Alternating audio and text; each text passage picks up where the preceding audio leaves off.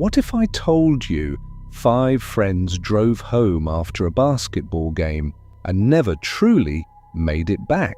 On the evening of February 24th, 1978, 5 close friends were driving home through Northern California after watching a college basketball game. They were excited because they had an important basketball tournament the very next morning, and none of them had any reason to change their plans. But that night, they vanished without a trace.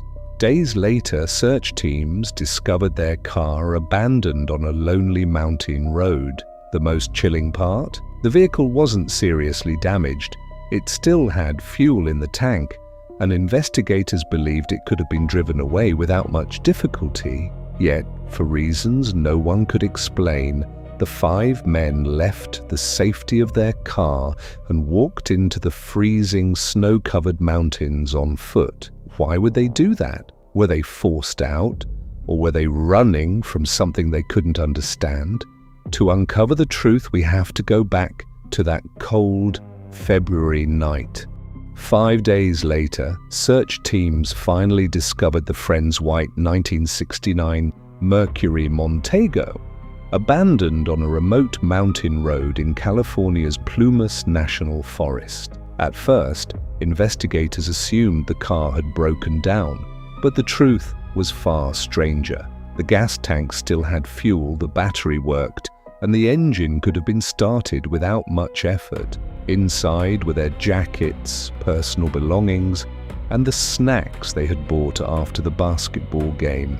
There were no signs of a struggle, no damaged tires, and nothing suggesting they had been forced out. Yet all 5 men had left the safety of the car and walked into the freezing wilderness on foot. Temperatures that night had dropped below freezing. Why would they abandon a perfectly usable vehicle? Were they running from someone or from something they couldn't explain? The answer lay deeper in the mountains, where an even darker mystery was waiting. As the snow slowly melted, investigators followed the men's footprints deeper into the mountains. Then, nearly 4 months after they disappeared, the search took a horrifying turn. Inside a remote U.S. Forest Service trailer, they found the body of Ted Wire. He had survived for weeks, possibly even months after entering the cabin. Around him were military food supplies, blankets, matches, and enough canned food to keep someone alive for a long time. Strangely, most of the food had never been opened. The trailer's heating system could have been used, but it remained untouched. Even more unsettling, Ted had lost an enormous amount of weight before he died, suggesting he had slowly starved despite being surrounded by resources. Who was with him during those final weeks? And why didn't anyone use the supplies that could have saved his life? The deeper investigators looked, the more impossible the mystery became. The mystery only grew darker.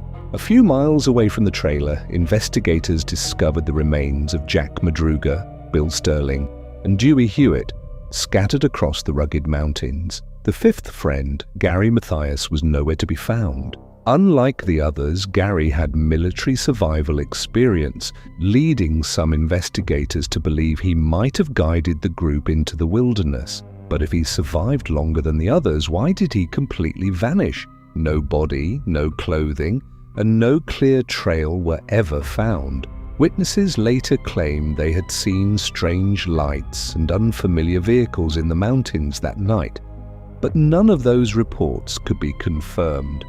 With every new clue, the case became less like a missing person investigation and more like an unsolved nightmare. And Gary Mathias remained the biggest mystery of them all. Nearly 50 years have passed, yet the Yuba County 5 remains one of America's most haunting unsolved mysteries. Investigators proposed countless theories. The men became lost, suffered from hypothermia, or followed someone they trusted. Others believe they encountered a stranger that night, someone who led them away from safety. But none of these explanations answered the biggest questions.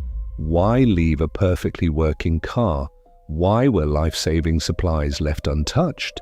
And what truly happened to Gary Mathias, whose body has never been found? To this day, no one knows exactly what happened on that freezing February night in 1978. The mountains have kept their secret for decades, and perhaps they always will. Sometimes the most terrifying stories aren't the ones with monsters. They're the ones that really happened.